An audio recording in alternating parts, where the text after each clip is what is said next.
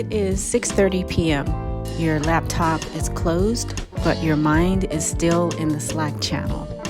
You're sitting on your couch, but you feel like a deserter. Every minute you spend resting feels like a minute you should be finishing that report or cleaning your inbox. If you work remotely, you've likely experienced the remote work paradox. We were promised freedom and flexibility, but instead, we've inherited a digital tether that makes true rest feel like a moral failure. According to the 2023 State of Remote Work report by Buffer, unplugging remains the top struggle for remote employees. But why does rest feel so much like guilt? Today, we're looking at the neurobiology of white-collar burnout, the always-on culture, and evidence-based strategies to take back your downtime without the crushing weight of should.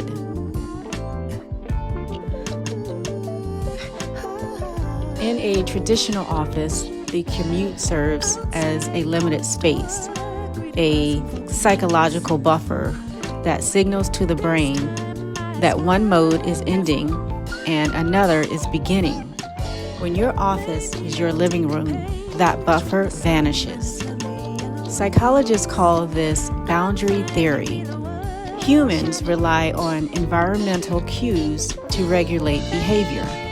When your bed is both a place for sleep and a place to check emails, the brain enters a state of chronic physiological arousal. Research from the Academy of Management Journal suggests that remote workers often engage in supplemental work, checking pings during dinner, not because they have to, but because the lack of physical boundaries creates a telepressure effect. This is the urge to respond immediately to digital cues to prove you're actually working.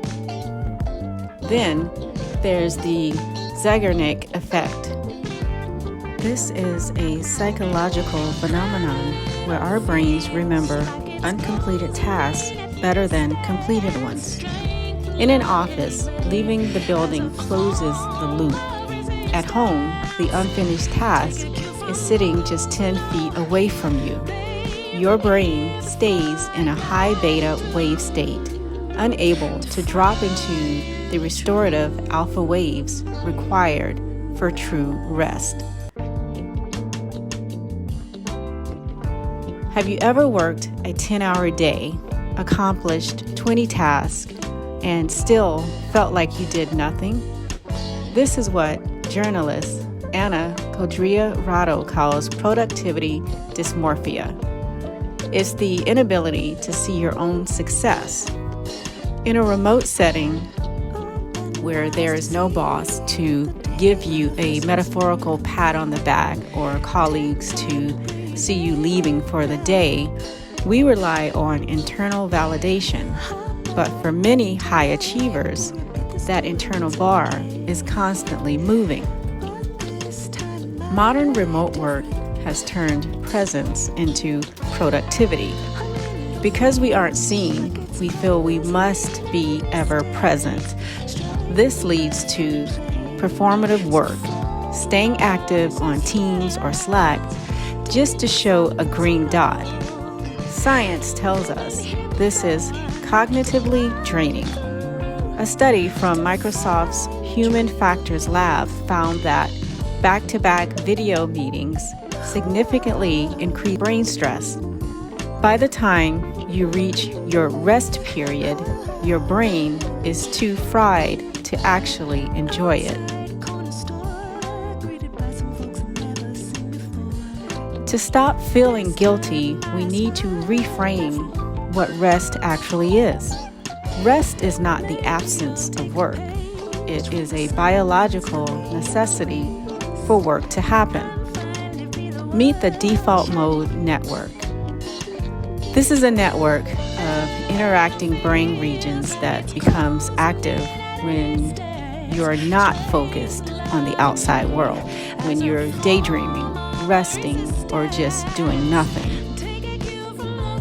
The DMN is where creativity happens. It's where your brain connects disparate ideas, processes emotions, and solves complex problems. If you are always on, the DMN never activates. When you deny yourself rest, you aren't being more productive. You are literally making yourself stupider and less creative. Think of your brain like a muscle. Hypertrophy growth doesn't happen during the weightlifting session. It happens during the recovery period between sets. Without the recovery, the muscle simply breaks down.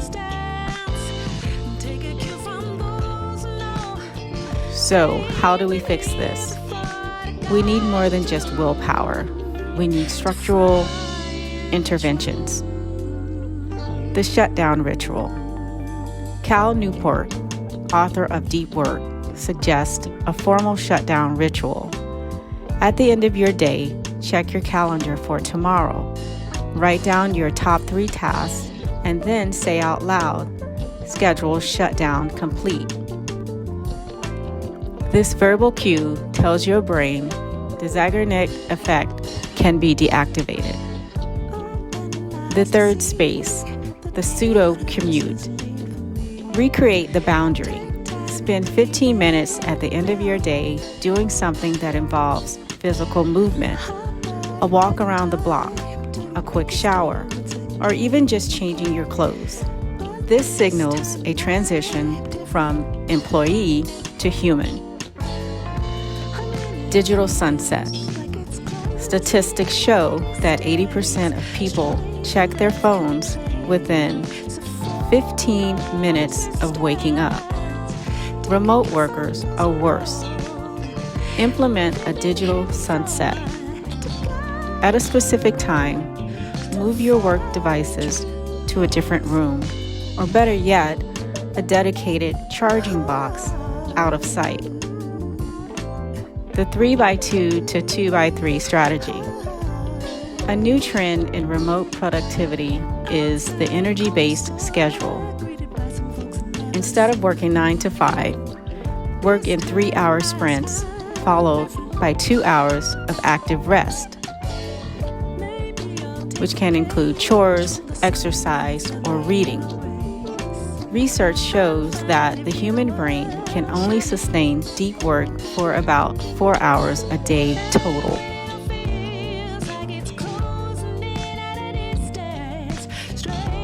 We live in a world that equates your worth with your output. In a remote environment, that pressure is magnified because the workplace has invaded the sanctuary of the home. But remember this, you do not have to earn the right to exist without being productive. You are a biological organism, not a software package. Your brain requires downtime to consolidate memory, regulate your nervous system, and maintain your identity outside of your job title.